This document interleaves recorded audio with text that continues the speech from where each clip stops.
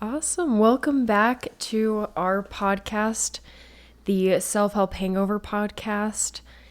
And this is one of our final episodes. We are doing our final recap of the book Think and Grow Rich by Napoleon Hill.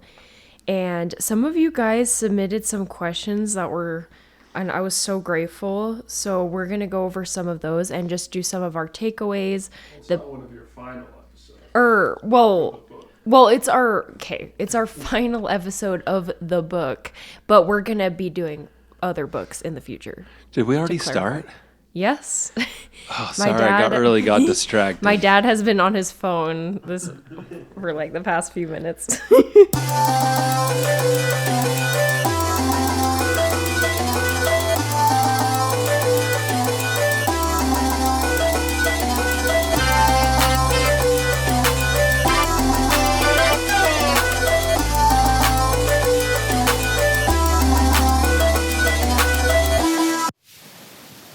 So this is the Self-Help Hangover podcast? Yes.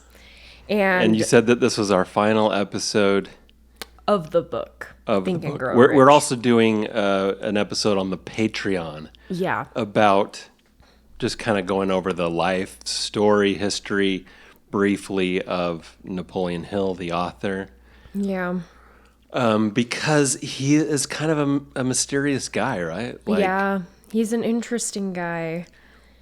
And he has some things about his past that were a little bit maybe scammy or less than honest. So I think one of the things that I like to do in that episode, which again will be on the Patreon as soon as we set up a Patreon, is to kind of situate the book Think and Grow Rich that we just read into a timeline of his what's it called? Like entrepreneurial pursuits, right? Like different projects. And see if we can make sense of what he's, where he gets his ideas, and if like we all change throughout our lives too, right? So maybe he learned lessons through some of those. Yeah.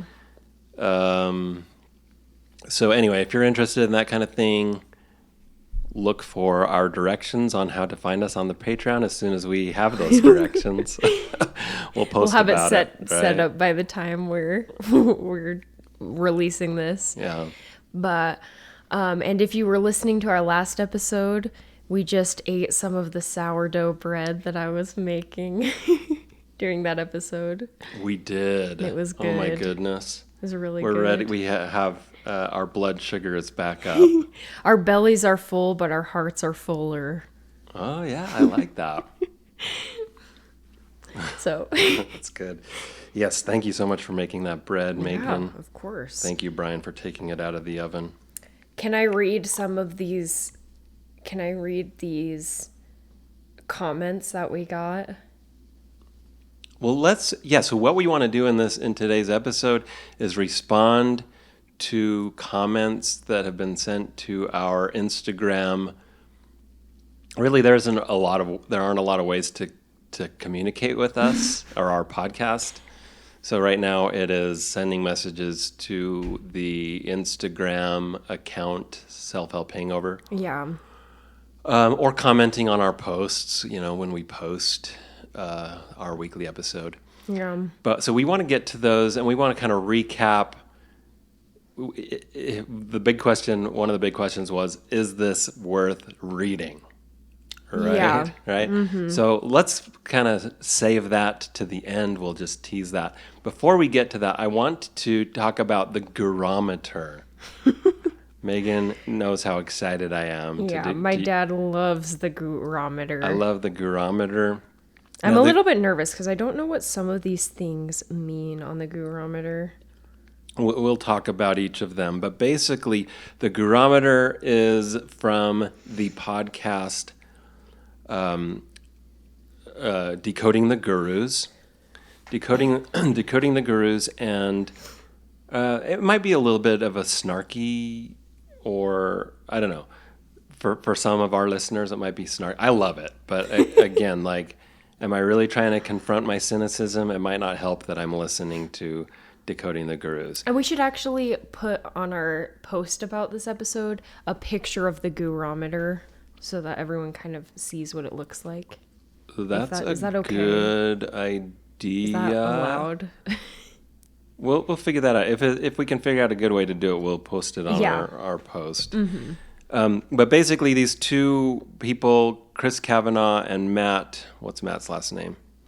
From the Decoding the Gurus podcast, have a way of, it's like their own scale of how much is a guru a guru. Yeah. Like how much are they like an indulgent guru? Like how much are they feeding on the weaknesses of people in order to establish their guruhood? Yeah. Right? So they have 10 different characteristics, and you can hear all about the gurometer in the episode it's called Celebrating the Gurometer. I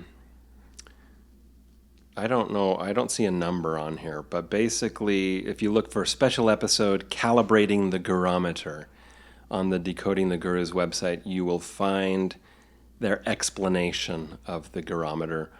And they even said in that episode, this is not proprietary. You guys go ahead, knock yourselves out. Use the gurometer on people that you want to measure, right? So we're going to do that with Napoleon Hill to start off with. Then we will address your questions and whether or not you should read the book. So there are 10 things on the gurometer. The first one is anti-establishment. A lot of times gurus will be like, well, the deep state is doing this, or academia says this, but they're wrong, or big pharma and medicine, it says this, but they're wrong, right? So how much do you think Napoleon Hill is anti-establishment? I would probably put a 5 for that one. Like he's super anti-establishment? Yeah, and it's out of 5. Yeah, so how do you come to that conclusion, Megan? What kinds of things did he do or say that were anti-establishment in that way? Well, number one, he's against college education. Okay. And like, yeah, so he's against college education. He's also he's pro-capitalism, and he's kind of against people who don't like capitalism.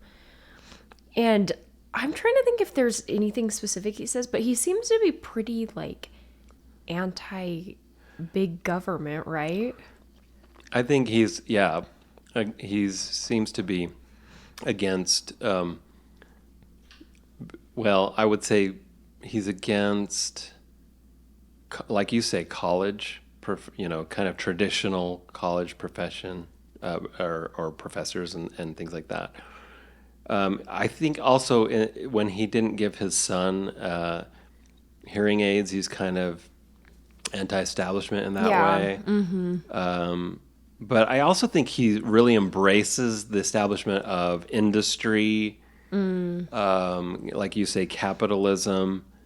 So I think I would give him maybe a 3.5 or something on that. I mean, yeah, there's definitely people who are a lot more anti-establishment than him. So maybe I came on too strong with that.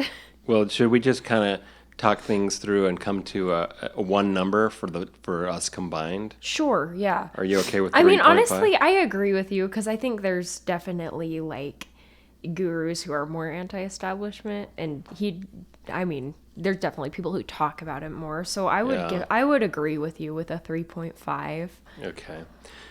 The next one is Cassandra complex. Now, my understanding of Cassandra complex is that you have a secret way of saving the society that is in decline and is maybe going to like there's danger, right? Oh. Society is on the verge of collapse or something, or there's great danger, and I have the answer that's going to save it. Okay. Is that named after someone named Cassandra? Oh man, I need to listen to the episode again. That's interesting. I mean, I'm trying to think of examples of this.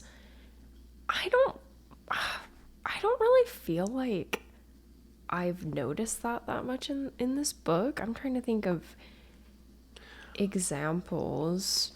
I mean, maybe in the way that he's kind of trying to he's almost trying to save people from not attaining wealth or something, or like warn against certain things. But I mean, I would rate that maybe kind of lower.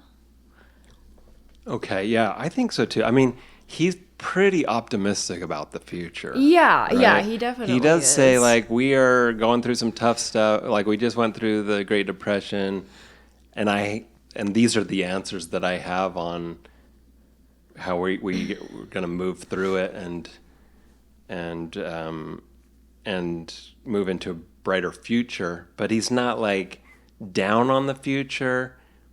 He does say that I've got the secret, but also everybody has a secret kind of thing. Yeah. Right? Like, I think, so I would agree with you. I'd probably put like, I don't know, 1.5 on that. Okay. Yeah, I was kind of thinking like 1 or 1.5 is good. Yeah. Okay, then conspiracy mongering. So a lot of gurus will put forth conspiracy theories in order to, I don't know, just capture the attention of conspiracy theorists. Like, Yeah. we're interested in nefarious forces combining behind the scenes in order to thwart humanity, right? We want to know about that stuff. So a lot of people feed on that, and they'll make connections. And a lot of times people will say, and nowadays they'll say, I'm not saying it is this. I'm just asking questions. That's a legal way they can get past, saying things that are libelous, or let's see, libels in print, right? What's the other word when you're just talking about it? Oh gosh, my brain just shut off. I'm not sure. I'm still involved in a political discussion online. I should never have gotten into that Are political discussion. you serious? Like defamatory? Defamatory, yeah, defame or libel. So, but conspiracy mongering is like using conspiracy. yeah. So, what do you think about it? Did he talk about conspiracies or insinuate that there are nefarious forces combining? I don't think so. I don't really feel like he was trying to push any conspiracy theories on us. I think if there's any conspiracy, it is that all of these great titans of industry agree with each other, and they have this secret that we all need to learn about. Yeah, I could Right. see that. Yeah. So maybe 1.5 on that one? Yeah, I agree with that. And then catfishing? Is that what that says? It's hard to read on there, isn't it? Cultishness. Oh. Cultishness is forming an in-group and an out-group. Like, basically, you're either with me or you're against me. If you don't, like, agree with me, then you are in the wrong, and you're going to be, I mean, I guess the one thing I would think for this one is that he kind of makes it seem like if you don't follow these steps, then you're not going to achieve riches kind of thing. Like, he kind of talks about, like, this is the secret to riches, and you either get it or you don't kind of thing. Well, that's true. He talks several times about the river flowing both ways, but you're either going upstream or downstream. Yeah. And also, like, who are you hanging out with? You don't want to hang out with people that are bringing you down, that have negativity and stuff like that. Yeah. So I Maybe don't know. like a 2? Or is that too high? I don't think that's too high. I agree with you. Maybe even a 2.5. Okay, yeah. Okay, the next one, galaxy brainness. Now, this is kind of like I've got an answer for everything, even though so it's kind of being a polymath or claiming polymath status where you're good and knowledgeable and an expert really at a million things instead of kind of honing in on something On that your you've got an expertise. You kind of claim expertise on across a lot of things. Yeah, a lot of things or even everything sometimes. Well, this is kind of interesting because he almost talks about how you can't be an expert in everything. You know, like he talks about specialized knowledge and not like wasting your time on a bunch of topics. That's true. He talks about hiring people Yeah. who have specialized knowledge so that you don't have to be the person that knows the stuff. Yeah. But then he also makes some pretty outlandish claims in a variety of fields, subjects, like medicine, like relationships. Yes. And entrepreneurship, of course, which we would assume is his expertise. Yeah. So, yeah, I don't know. Maybe a 2 on that one. What do you think? Yeah, I think that's fair. He's doing pretty well so far. He's not doing as bad as Joe Rogan. Okay, grievance mongering is the next one. So grievance mongering, the way I understand it is, if you work on a project and it fails, you blame people, right? Or if you're excluded from some opportunity, then you blame people.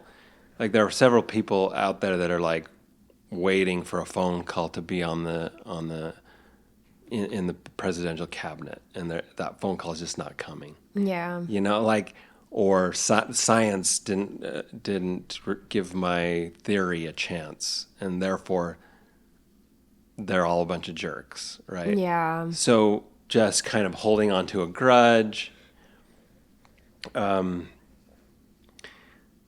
is grievance mongering, like really harping on that kind of frustration with the establishment or whatever. And how it's kind of like becoming a victim. Okay. Like saying, I'm the victim of this conspiracy to put me down or whatever. I'm trying to think if there's any examples I can think about of him doing that. I don't know. What do you think? I mean, I think it's a pretty low score on this one because, especially considering when we look at his life and how many failed businesses and kind of schemes he had. Yeah.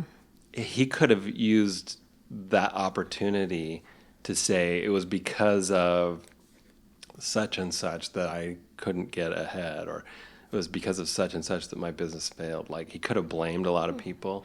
And he does kind of make it seem like no matter what your circumstances are, you can succeed if you keep trying and doing the things. He might, I don't know. I think it's pretty low because there are people. If I had those business failures that he had, that I might be tempted to blame, and he doesn't do it in this book, at least. Yeah. So let's give him a 1 on that. Okay. Maybe that's too generous, but that's what we're going to go with. Okay, profiteering. Basically, it's like making money off of something, which isn't in and of itself a bad thing, but when you're claiming to enlighten people and your main thing is like... You're just making money. Making money off of it. Yeah. Right. Let's see. Maybe. I mean, I could see this in the way that I think he definitely stretches the truth sometimes and maybe he's probably doing that to make money. Like when he says, I could not be wrong about this next story because I know these people. Yeah, Or just like or talks there's like about Andrew Carnegie talking to him. And, right. Yeah, we're unsure about his actual relationship yeah. with. So I don't. Yeah, should we? That's a good point. So a lot of the score on that one would hinge on whether or not he actually met with Carnegie under the Yeah. auspices that he puts forth, or not. Also, I think we have to take into consideration all of the things that he was trying to sell at the time, largely like self-help classes and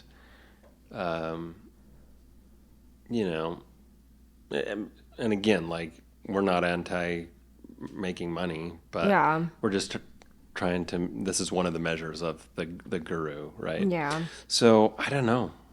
Should we put 3.5 on that one, Sure. Yeah. or do you want to go more or less? I mean, I don't know. I mean, yeah, 3.5 probably sounds good. Y'all out there might think we're generous or not harsh enough. Yeah. Or too harsh. I don't know. But Are you going to say this next category? Pseudo profound bull crap. I'm trying to keep this Keep it non-explicit. Pseudo profound bull crap. That is basically saying a bunch of stuff that makes you sound smart, but really is not all that profound, right? So it sounds profound, or it sounds like a lot of times people will spout off a bunch of things that they know you don't know about in order to show that they are the person who is in the know. But really, their argument lacks substance or a good logical foundation.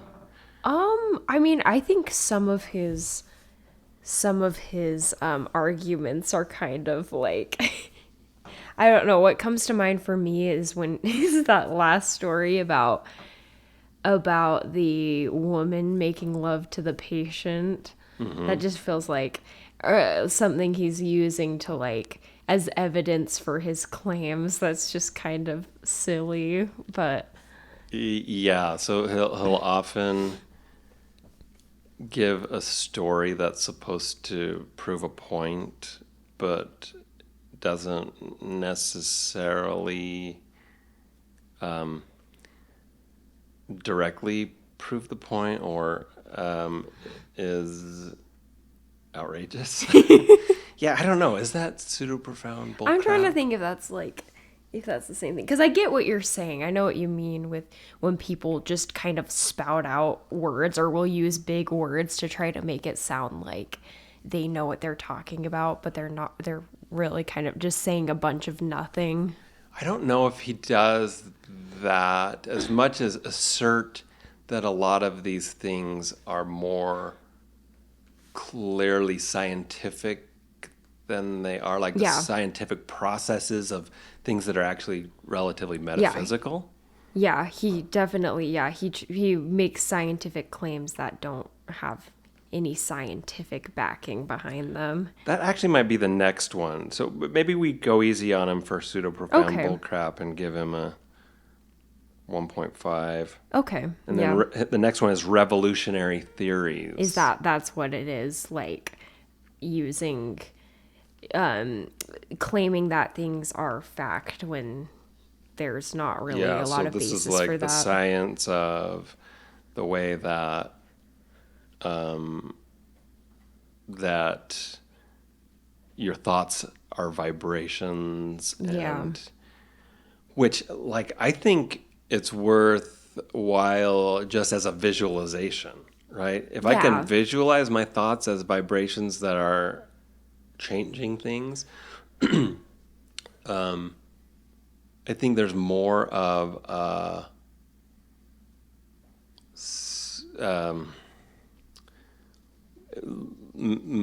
less science, but more of just a self-understanding and a way of making something like a self. Oh man, Oh, I'm not finding the words, Megan. Let's give up this whole thing. Should we start I quit over? the podcast. I'm not even doing podcasts anymore. Oh. No, okay. So revolutionary theories. I think he's got quite a few of those. I would probably give him a 4. Okay. Yeah, I agree with that. Self-aggrandizement is the last one. Like, how much is he promoting himself?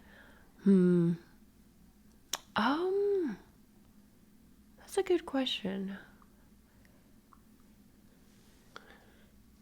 How much is he promoting himself? Like, does this mean kind of like boosting his own ego, kind of? Yeah, just like, well, this is why I'm great, and you should consider me as, you should really listen to me because I have what you don't have. I have special knowledge. I have... Yeah.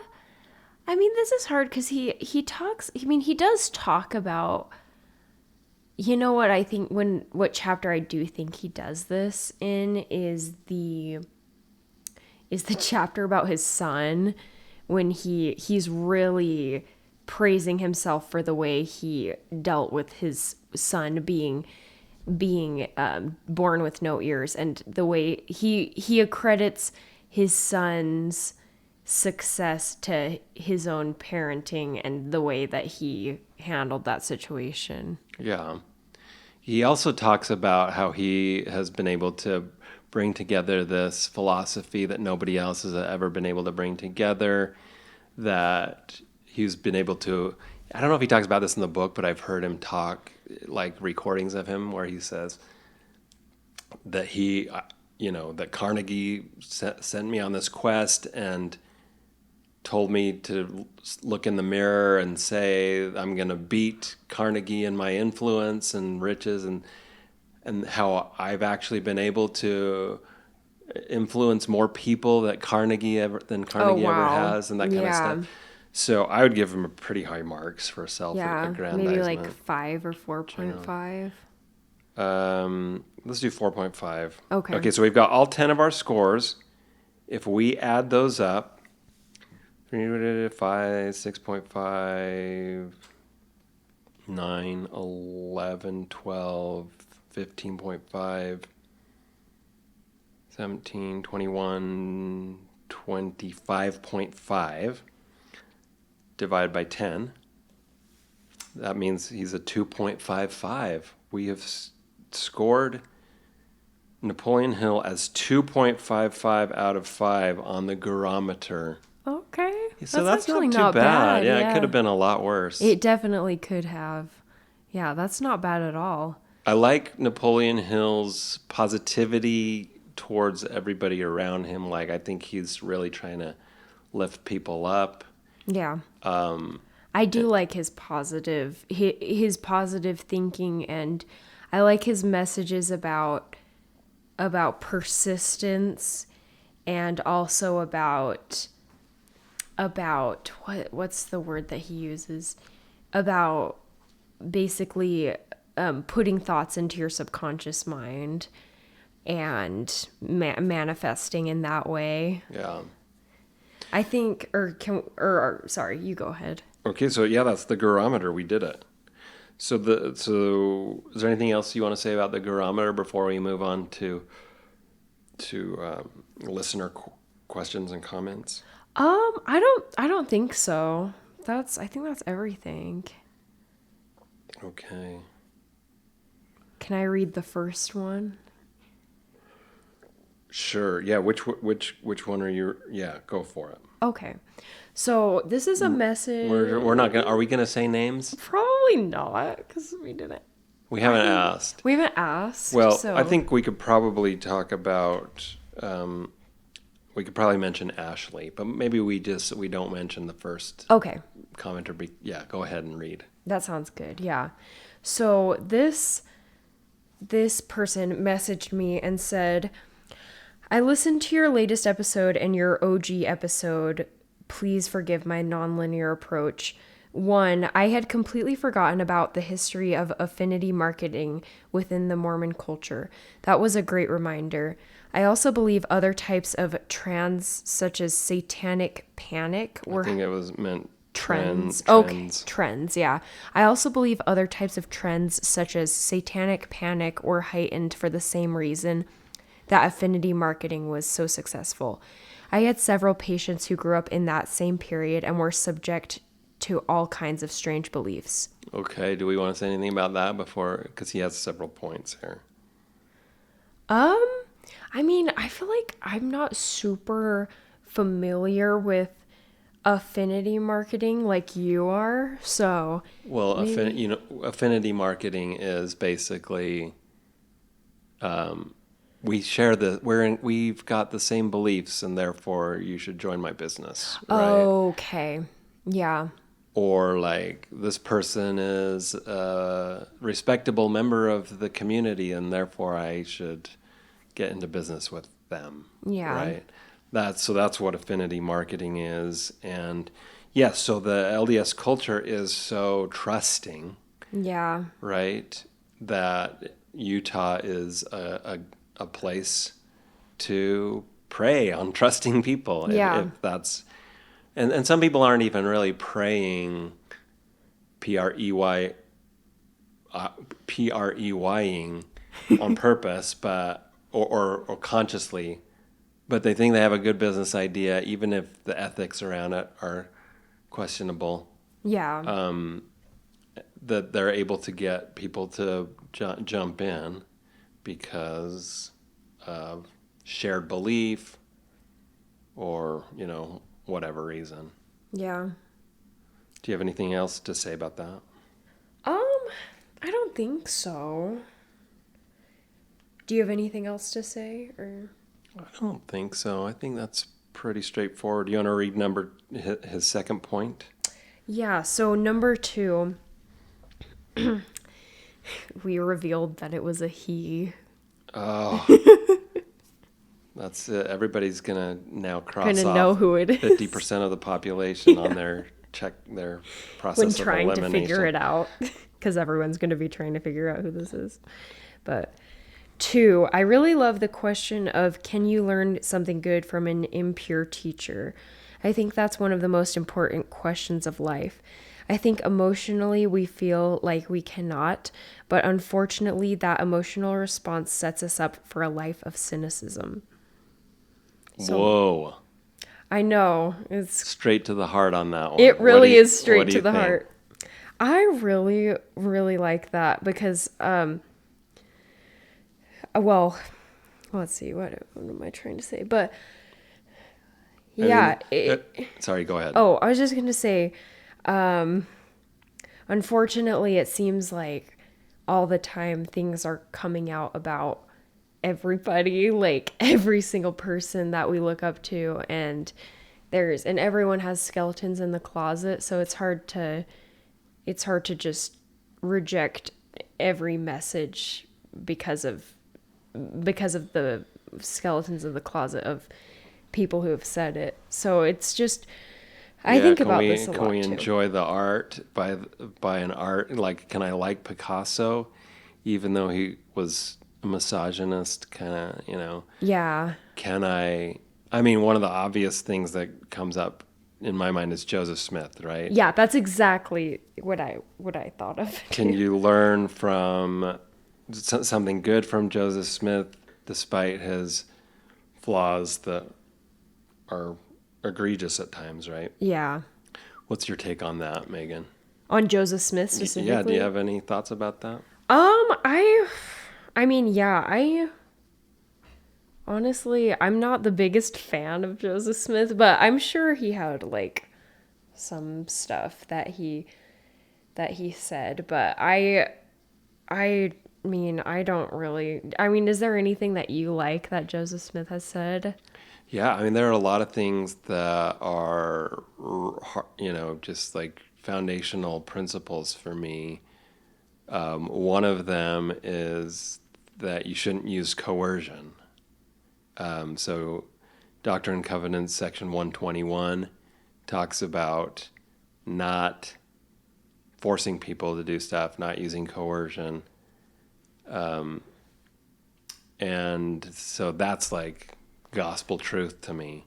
Yeah. Now, did he say that because because he was living it, or because he was aspiring to something that he wasn't living, or because he was putting on a face and doing the opposite? Yeah. Right? Like maybe different things at different times of his life, but the scripture itself and that principle is very important to me. There are other verses that I really love. One of them is that I read this to the family not too long ago, which also feels very self-helpy to me and like incremental gain kind of thing. But it's that you should be as wise as serpents, but harmless as doves, and you'll receive things as quickly as you're able to receive them. So yes, I mean that you could read that as a prosperity gospel type idea, but I also think that it's helped me just like manage my life as an artist. Like, I want this to happen in my life, but am I ready for it? Yeah. Just thinking about that has been really helpful to me. So yes, there are lots of things that Joseph Smith has said that that make me ask this question to myself. Can you learn something good from an impure teacher? And our friend here says that a lot of times that we feel like we can't, but that sets us up for a life of cynicism. And frankly, I've got a lot of cynicism in my life. And maybe this is a primary reason, but I think we can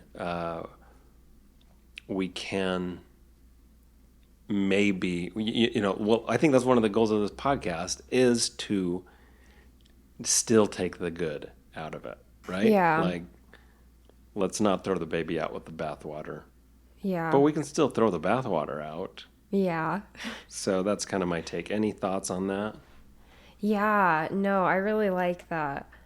It reminds me of when I was younger, my dad would always say that we could watch, or I'm trying to think how he worded this, but basically he would let us watch movies with like swear words and stuff like that, because he said that we can take the good out of things. We can watch something and take the good out of it and leave behind the bad part. And I just have always lived by that because you said that. Oh, I'm so glad I let you watch swear word movies. No, I do believe that. Yeah, I remember like one of the biggest movies in my life was Dead Poets Society. I love that movie. It was so inspiring to me. And I remember hanging around, I don't know if it was at church or some other place. I basically heard one of my best friend's older brothers say, yeah, it was a good movie, but the scene where he opens a centerfold in the cave, made it a bad movie or whatever. And I just thought, oh my gosh, that movie is so great.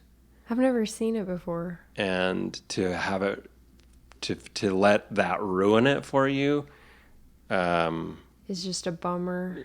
Yeah, it just makes it so that you can't learn from so many people in life. Right? Yeah, for sure. So I stand by that, even though you really love swear words in movies now. I love swear words in real life. Oh, just kidding. Oh, dang it.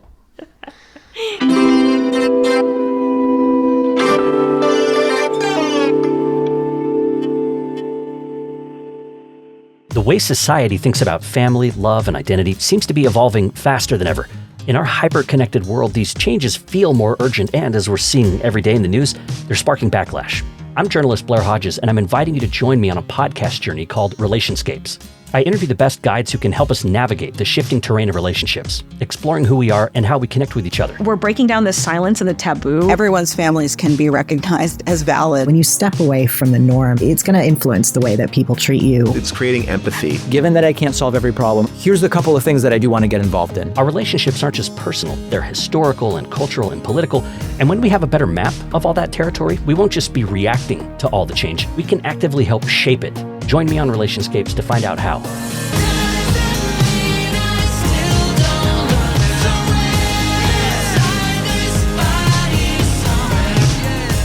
These are awesome questions, by the way. You're killing it. I'm like, this is like one of the best podcasts I've done.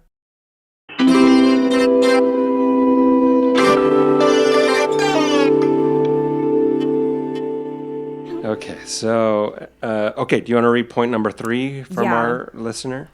So, number 3, I had no idea that Napoleon Hill was connected with the early Mormon movie Corianton, A Story of Unholy Love. I feel sad I never saw that movie when I was a student, and it's one of my bucket list items. Curious about his other LDS connections. Thank you. Yeah, isn't that interesting that he was involved in working on a movie with a Mormon theme? Yeah, that's so Corianton. interesting. Do you know how he got involved with that? I guess maybe we can talk about I that. don't. Well, we'll look that up and we'll talk about it in Okay. our Patreon episode about the history of Napoleon Hill. Yeah. Okay. All right. That was one listener. Okay. Should we go move on? Do you want me to read? You can read the next one. Okay. Yeah. This is from our friend Ashley. By the way, Ashley has her own podcast. Yeah. It's called I've been meaning to listen This to is Church or That's Church. Let me look up her Instagram again. I've started listening to it. It's fun. They go to different. She and her sister go to different churches. Yeah, around she's really awesome. Yeah, and that's just interview church the people there. podcast. Oh, that's church. Yeah. And just get like a view into the way many different people worship Yeah. around. Okay, so this is what Ashley says. Love learning about this book. A few cues I have for your recap episode are: what is your greatest takeaway from this book? So, honestly, for me, what I really like about this book is that he really has this perspective of you can do anything. And that really makes me feel really abundant and inspired. And I like some of the things he talks about. I mean, I kind of said this earlier, but about being persistent, not giving up on your goals, persisting even through failure, and using auto-suggestion by like repeating things to yourself, saying affirmations, saying things out loud, writing things down. I really, really like that. That really inspires me, and I like to think that if I do that, that will be helpful for me. So that's probably my biggest takeaway from this book. That's one of the things I really like about this book. Yeah, I agree with those. The way that I was going to word it was thus: a thought is a seed that leads to more thoughts and actions. Yeah. And like we could grow a giant tree with that seed, right? Yeah, absolutely. And it all starts with that With first one thought, Yeah. and they build on each other. Yeah, he talks about all you need is a thought, is an idea, and you can build something amazing from that. Yeah. Okay, yeah, great. She didn't ask this, but as part of the question, I'm going to put some sub-questions here. Do you have a best of and a worst of in this book? A best of and a worst of? I mean, can the best of be the same as what I just said? Yeah. Because I'm trying to think of I would just say that you can, if you can do anything through persistence, and you can create something out of nothing. That's probably my best of. And then my worst of for this book, I think, is kind of the old-fashioned male perspective is probably my least favorite thing about this book. There's some parts that, I mean, this book is definitely not written for women back in that time. And there's a lot of kind of objectifying almost of women, making it seem like women are there to please the successful man. So that's probably my least favorite part of this book. What about you? Yeah, so my best of, I got 3 things here. The first is the opportunity to step back and take a bird's eye view, just to kind of like analyze, what am I doing? You know, can I have a bigger perspective? Can I shoot for something bigger? Yeah. The second best stuff for me was it made me reanalyze success principles from my youth. So, like I said, this is a book that I'd read when I was growing up. And so just to be able to revisit those and also say, like, did they work? Yeah. Is this something that I still believe in? So and not everybody's going to have that experience because not everybody grew up with the book, right? Yeah. But to some extent, you can still reanalyze the success principles you did grow up with as you read the book. So the third thing is, this was one of my best ofs that kind of feeds into your worst of, which is it gave me a glimpse of history, which I found very interesting. Yeah. So kind of just being transported back into 1937 and some of the old-timey wisdom. Yeah. And then my worst of lists were, 1, victim blaming. There was a good amount of that in the book. Yeah. Victim blaming. 2, questionable science. We've talked about that. And 3, anti-labor sentiment. Those are my tops. Those are good ones, But yeah. I agree with your assessment about women as well. He did try to say in a few spots he included women sometimes. Men or women. Yeah, there was a few times that he said that. But then there were other times when it was just men. Yeah. Yeah. Yeah. Okay, so back to Ashley's questions. We're coming down the home stretch here. Would you recommend this book to a friend? I would recommend they listen to this episode or to this podcast. Just kidding, but I would recommend it, but I would recommend it, but I would voice my opinions about it that are maybe what I don't like about it too. So you would recommend that your friend read it and read it critically? Read it critically, yeah. Honestly, what I always do is I like to listen to books like this and just kind of like when I'm in the car and just kind of let my mind like wander kind of while I'm listening to them. I don't know if that's relatable to you at all, but sometimes it's just inspiring to like hear someone like talking and just kind of like, but also kind of just like be in my own head, just like thinking about what inspires me or something. Yeah, my mind wanders a lot.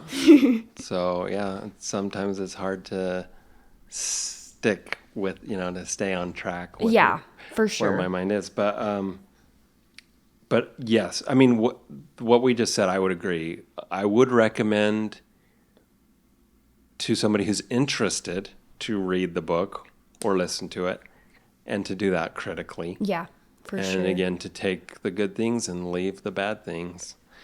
I think it's a good exercise to figure out. Now, it is possible that kind of approach would allow you to not push outside of where you're at, right? Like you could say, if anything is outside of my current understanding of how the world works, then it's wrong, then reading the book isn't maybe going to benefit you, because in some ways you have to push beyond what your current understanding of the world is in order to get benefit. Yeah. Right? But I think if you allow yourself, if you're open enough to find benefit and also say, this is where I draw the line, this is not right, or this is not helpful, then that's probably the best way that I would recommend reading the book. Yeah, I agree. Yeah, and if it, oh no, I had two things I was thinking of saying, but now I can't remember. But yeah, I agree with you, like, taking away from it what resonates with you, and if there's anything that just realizing, I think, is something that when the first time I read this, that I didn't really have the mental capacity to realize that it's okay if some things don't resonate with me, and I don't have to take everything that I read in a book as 100% truth. Yeah. Okay, so Ashley has one last question, but before she says, I'm going to flip the order here. She says, not a question, but I once heard the phrase, if you don't manage your own time, someone will manage it for you. The person was relating to the business world and how higher-ups will take advantage of your time if you let them. I always think about this quote when I feel like I'm giving too much of myself to others rather than my own needs.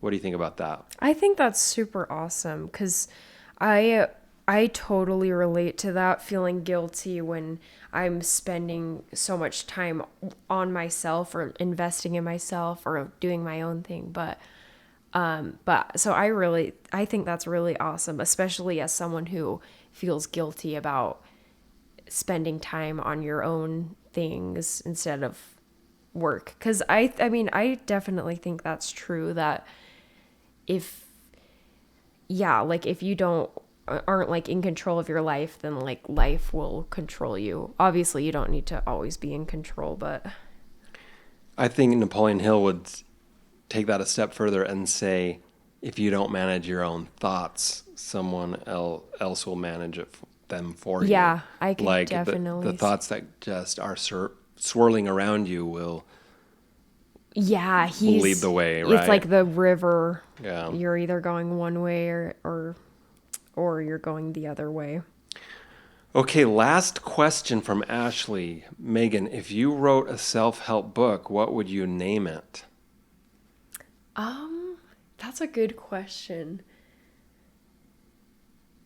I would name it Somehow I Manage by Michael Scott. What, did he write that book? Yeah. Somehow I Manage? That's his memoir. Oh. So that was apart from his screenplay with Agent Michael Scarn. I have my book, Somehow I Manage. I have my screenplay. Oh, really? He says that? Yeah. Okay, so that was a joke answer, right? Yeah. I'm trying to think what I would actually name it. Do you want me to say mine while you're thinking? Yeah. So I think I would, based on this podcast and how you always say, I feel like, and then I always say, something to think about, something worth thinking about. It's worth thinking about. So I think my self-help book would be, it's worth thinking about. That's a good name though. That's actually fire. Oh man, I'm so embarrassed. I should have thought of this more. Crap. I'm so sorry. I'll have to give that some more thought. Okay, stay tuned. Next time, Megan will answer the question. Yeah, I'll what her think self about book that will more. be named. That is it. We are. This is a wrap on Think and Grow Rich by Napoleon Hill. Do you have any final words about this book, Megan? I just want to say thank you so much for everyone who's listened to this. It means a lot to me and my dad, and thank you so much to Ashley and to the other individual who submitted questions. It means so much, and to everyone who's said nice things about the podcast. It's just really the support has really been overwhelming. So thank you so much. Yeah. Yes. And we will continue. So we will have an episode on our Patreon about the history of Napoleon Hill, if you're interested in learning more about him. And then we will begin our next book, which was also a listener question. A listener question that asked, was "What a are we listener going to do question, next?" yeah. Because she wanted to start reading it. Yeah. So it is "You Are a Bad Ass. a Bad A." You're a Bad A by Jen Sincero, Yeah. right? Mm-hmm. So we'll start with that and tune in to hear our discussion as we go through that book. Yeah. Thank you so much for listening. And that's a wrap to this book. Yeah. Let's just keep doing a bunch of awkward endings. And yes, I agree. The wrap is wrapped. And there's your monster. There it is. Thanks, guys. Awesome. Thank you so much.